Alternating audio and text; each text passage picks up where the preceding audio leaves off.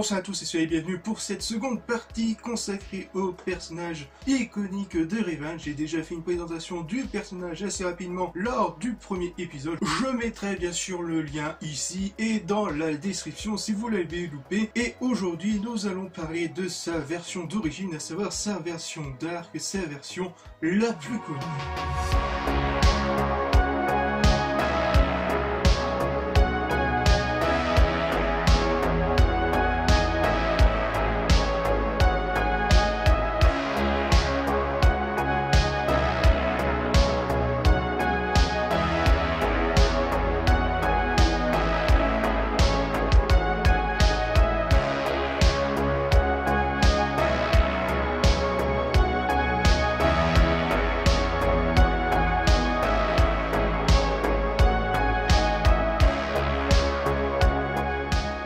Bref, la boîte possède le numéro 34 et elle est toujours aussi magnifique avec ses couleurs noir et rouge et avec le design du personnage au premier plan. Qu'on retrouve ce même design derrière la boîte avec le petit texte, n'hésitez pas à faire une pause pour la lire. Concernant la figurine, elle mesure 15 cm, on retrouve les trois matières qui composent la figurine, comme celui du Jedi. Au passage, merci au Valmard d'avoir dit qu'au final que la tenue de la robe Jedi n'était pas forcément issue du jeu Galaxy of Heroes, il est aussi issu à l'origine du jeu de base, à savoir KOTOR, si vous faisiez plus la fin côté lumineux, donc à croire que j'ai un début d'Alzheimer.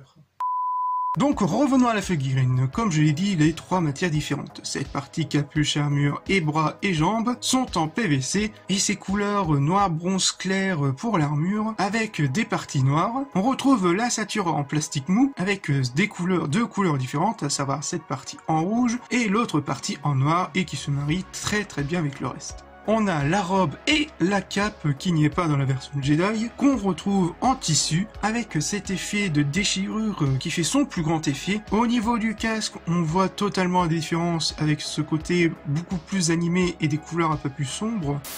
On retrouve le fameux sabre violet avec son poignet qui est un peu plus sombre que celui de sa version Jedi. Et il y a son deuxième sabre, celui du rouge, qui est un beau design. Au niveau des articulations, c'est à peu près les mêmes défauts que celui-là du Jedi, donc à savoir à cause de la capuche. Forcément, au niveau des épaules, ça c'est limité, tout comme avec la robe, avec les jambes. Dans l'ensemble, ça reste même assez correct, un peu comme le Jedi.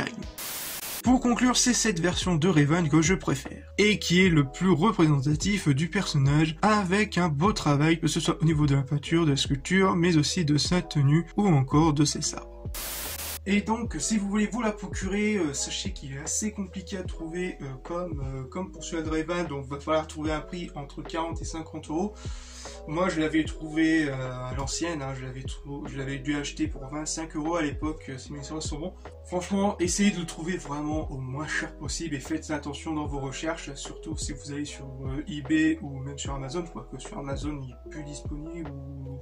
En moins qu'ils ont remis des prix mais totalement astronomiques, donc essayez de faire très attention en faisant vos recherches. Voilà, ce 15e épisode de la collection du geek est fini, j'espère qu'elle vous aura plu et on se retrouve pour de futures vidéos.